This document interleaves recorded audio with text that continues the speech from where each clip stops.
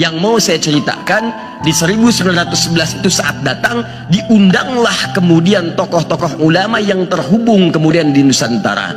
Di antara yang datang itu adalah seorang bernama Muhammad Darwish yang telah menempuh pendidikan di Mekah pada Syekh Ahmad Khatib Al-Minangkabawi yang lahir tahun 1860, pulang ke Nusantara kemudian disebut dengan julukan yang baru dengan nama yang sangat indah bernama Ahmad Dahlan. Kiai Haji Ahmad Dahlan datang ke pertemuan itu, diskusi, dan beliau tuh tidak banyak orang tahu itu kalangan habaib.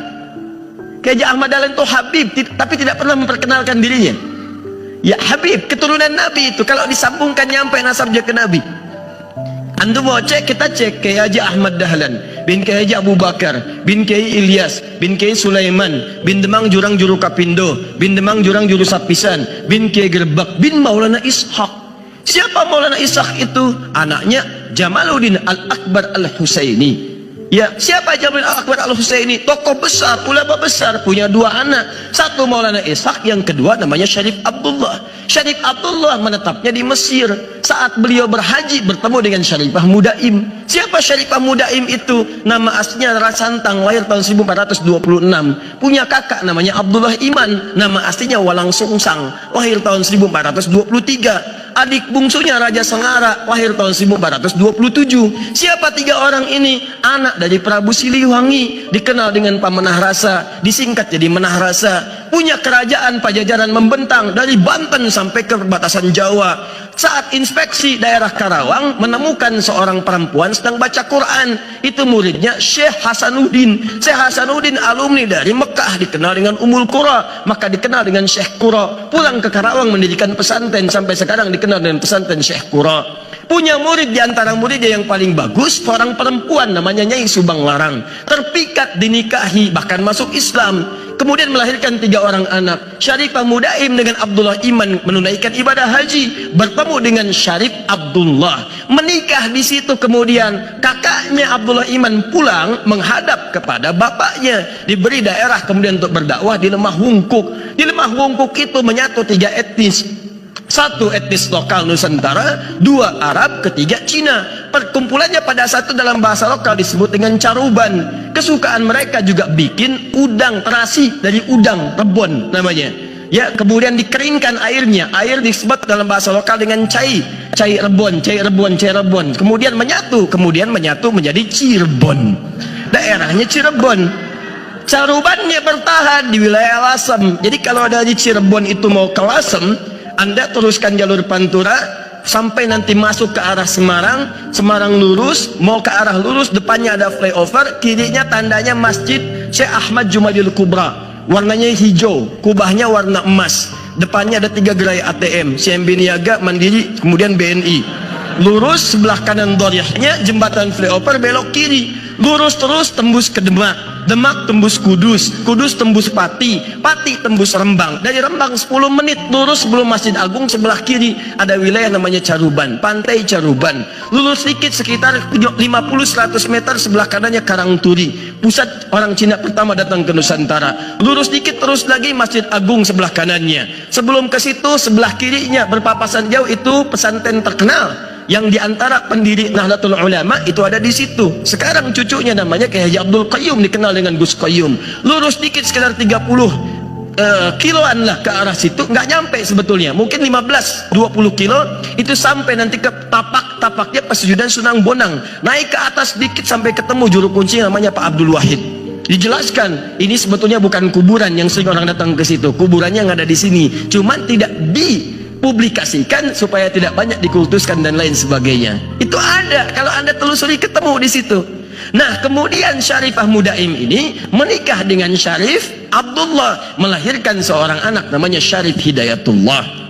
Belajar di Mesir pada masyayikh di sana, di antaranya Syekh Ibnu Athaillah As-Sakandari. Selama 20 tahun beliau belajar, pulang kemudian ke Nusantara, diberikan wilayah di Gunung Jati, dikenal dengan Sunan Gunung Jati. Sampai menikah melahirkan 7 orang anak. Anak pertama Muhammad, anak keduanya perempuan, menikah dengan seorang panglima dari Pasai, dikenal dengan Fathullah atau Fatahillah atau juga Faletehan. Itulah yang diperintahkan kemudian oleh Sunan Gunung Jati untuk membebaskan Sunda Kelapa dari kungkungan Portugis pada saat itu yang datang ke Nusantara lewat Selat Malaka tahun 1511. Setelah terjadi perjanjian Tordesillas tahun 1494, dunia dibagi dua oleh Paus Alexander yang ke-6.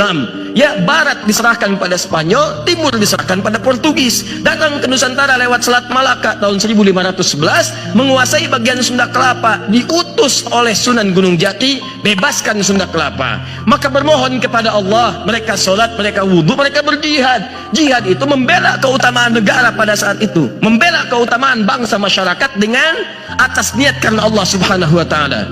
Maka berangkat, ditaklukkanlah Portugis pada saat itu. Saat ditaklukkan, mereka bersyukur kepada Allah. Mereka tahu ini bukan cuma ikhtiar, karena kalau senjata lawan senjata nggak mungkin, sana lebih canggih, lebih hebat.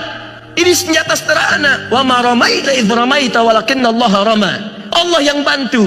Maka mereka kemudian teringat dengan ayat Al-Quran, ini fathun, pembukaan dari Allah, bukan sekedar berjuang. Maka disebutkanlah kemudian nama kota itu dengan nama pertama di surah ke-48 ayat yang pertama, inna fatahna laka fatham mubina. Maka diganti nama Sunda Kelapa menjadi Fatham Mubina. Dalam bahasa lokal disebut dengan Jayakarta, disingkat dengan Jakarta. Peristiwa itu terjadi pada tanggal 10 Ramadan, hari Jumat tahun 933 Hijrah, bertepatan teman-teman dengan 22 Juni tahun 1527. Sampai sekarang ulang tahun Jakarta miladnya 22 Juni. Sampai sekarang. Apa hubungan dengan Kiai Ahmad Dahlan? Itu saudara Syarif Abdullah itu saudaranya Maulana Ishaq.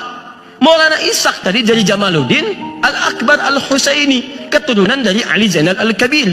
Zainal Al-Kabir keturunan dari Ali Zainal Abidin, keturunan dari Al-Husain radhiyallahu ta'ala anhu, adiknya Al-Hasan radhiyallahu ta'ala anhu. Dua-duanya anaknya Sayyidina Ali bin Abi Thalib radhiyallahu ta'ala anhu, suaminya Fatimah Az-Zahra radhiyallahu ta'ala anha, binti Muhammadin Rasulullah sallallahu alaihi wasallam, bin Abdullah bin Abdul Muttalib bin Hashim bin Abdul Manaf bin Qusay bin Murrah bin Kilab bin Ka'ab bin Ghalib bin Fihr bin Malik bin Nadar bin Kinana bin Khuzaibah bin Mudrikah bin Ilyas bin Nizar bin Mudar bin Ma'ad bin Adnan bin Addi bin Adri bin Muqawwam bin Nahur bin Tarikh bin Ya'rub bin Yasjub bin Nabit bin Ismail alaihissalam bin Ibrahim alaihissalam bin Azar atau bin Nahur bin Abir bin Kinan bin Arfakhshad bin Sam bin Nuh alaihissalam bin Mihlail Matushala bin Kinan bin Anwas bin Tis bin Adam alaihissalam. Oke, Haji Ahmad Dahlan itu nasabnya nyampe ke Nabi Adam. Ayo ulangi, mana ketua PDM?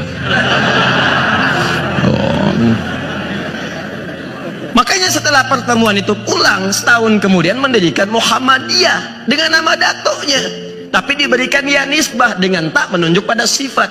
Di Muhammadiyah itu bukan sekedar nama. Muhammad disebutkan 4 kali dalam Al-Quran. Quran surah ketiga ayat 144, Quran surah ke-33 ayat ke-40, Quran surah ke-47 ayat yang kedua dengan namanya, dan Quran surah ke-48 ayat 29.